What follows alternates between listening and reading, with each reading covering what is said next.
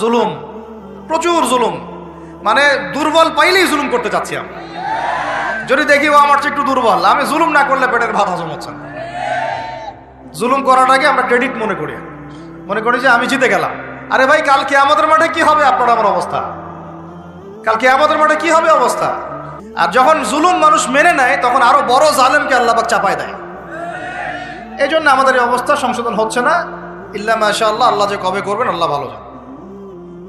তবে বিশ্বাস করেন, আপনারা বলেন যে এখন মুসলিম প্রধান দেশ, আমি একটা স্টেটমেন্ট দিয়ে দিচ্ছি এখন বসে বসে, এখন এটা হচ্ছে একটা মুনাফেক প্রধান দেশ।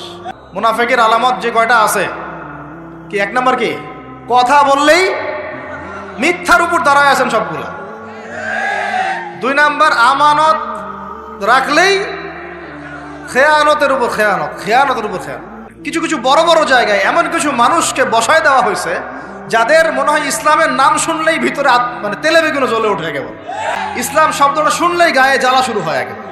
তো বেশি দিন নাই ইনশাআল্লাহ, হয় আল্লাহর গজবে এগুলো ধ্বংস হবে, অথবা ইনশাআল্লাহ তাআলা আবাবিল পাখি তো আর আসবে না পাথর ছুটতে। আবাবিল তো পাখির নাম না, আবাবিল মানে তো ঝাঁকে ঝাঁকে, মানে এটা তো ওই আবরাহার বাচ্চা আবরাহার যুগ না যে আবাবিল আসবে আর পাথর ফেলবে। আসবে, পাথর ফেলার প্রজন্ম তৈরি হবে ইনশাআল্লাহ।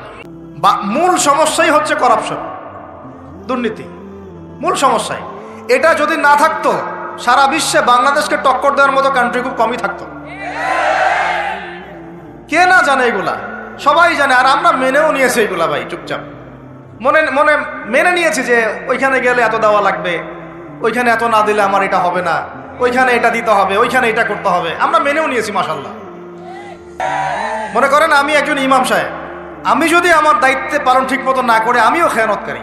এই যে লেকচার দিতে বসছি, এখন আমি যদি চিন্তা করি যে ডাইনে বামে কথা বলে সময় পার করে দেই, হক কথা বলার দরকার নাই, বললে আবার এটা সেইটা, আমি হচ্ছে এখানে এই চেয়ারের খেয়ানতকারী।